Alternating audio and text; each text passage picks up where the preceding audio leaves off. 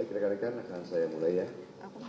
Kepolisian Daerah Metro Jaya resmi menetapkan 8 orang sebagai tersangka dalam kasus dugaan pencemaran nama baik dan penyebaran fitnah terkait tudingan ijazah palsu mantan Presiden Joko Widodo, Jokowi. Hal tersebut diumumkan langsung oleh Kapolda Metro Jaya, Irjen Asep Edi Suheri, dalam konferensi pers di Gedung Polda Metro Jaya, Jakarta, Jumat, 7 November 2025. Dalam hasil penyidikan, para tersangka dibagi ke dalam 2 klaster utama.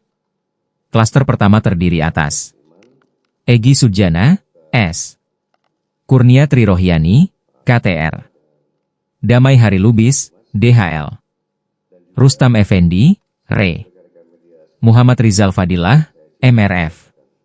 Mereka dijerat dengan pasal 310 dan 311 KUHP, pasal 160 KUHP, serta pasal 27 AJO pasal 45 ayat 4 dan pasal 28 UU ITE.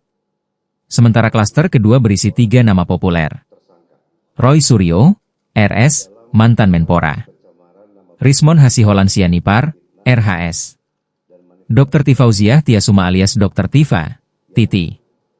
Mereka dikenakan pasal 310 dan 311 KUHP, serta pasal 32 ayat 1 JO pasal 48 ayat 1 dan pasal 35 UU ITE. Penetapan ini dilakukan setelah melalui proses asistensi dan gelar perkara, di mana proses tersebut melibatkan ahli dan pengawas, baik dari eksternal maupun internal. Untuk ahli yang dilibatkan, Irjen Asep menjelaskan, proses penyelidikan kasus ini dilakukan secara hati-hati dan komprehensif. Penyidik telah memeriksa 130 saksi dan 22 ahli dari berbagai bidang, mulai dari Dewan Pers, KPI, Dirjen Peraturan Perundang-undangan Kemenkumham, ahli digital forensik, ahli bahasa, hingga ahli sosiologi hukum. Diketahui, Jokowi sendiri melaporkan secara langsung sejumlah pihak yang diduga terlibat dalam penyebaran isu ijazah palsu tersebut. Dalam laporan itu, terdapat 12 nama yang sempat dilaporkan, termasuk diantaranya Egy Sujana, Rizal Fadilah, Kurnia Trirohyani, Rustam Effendi, Damai Hari Lubis, Rai Suryo, Rismon Hasiholan Sianipar, Dr. Tifa, Abraham Samad, Mihael Sinaga, Nurdian Susilo, dan Aldo Hussein.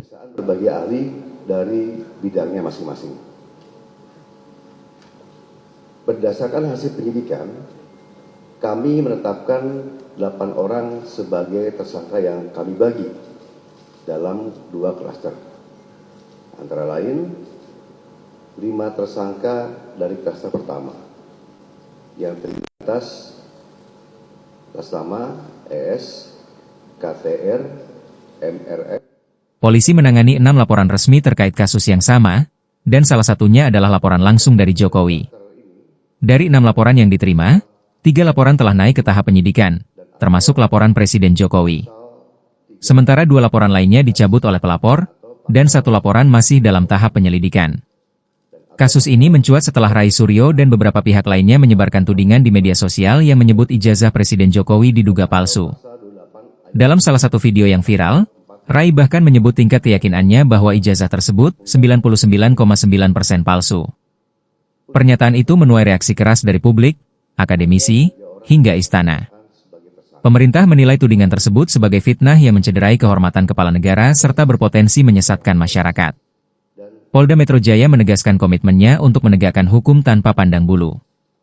Semua tersangka, termasuk tokoh publik, akan diperlakukan sama di mata hukum.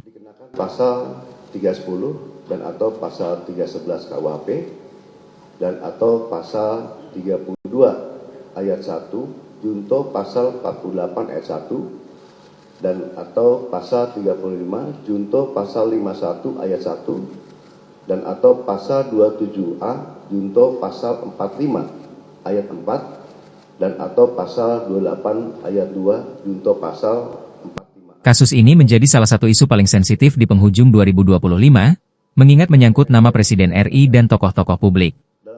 Publik diimbau tetap bijak dalam menyebarkan informasi serta menunggu hasil proses hukum resmi dari pihak berwenang.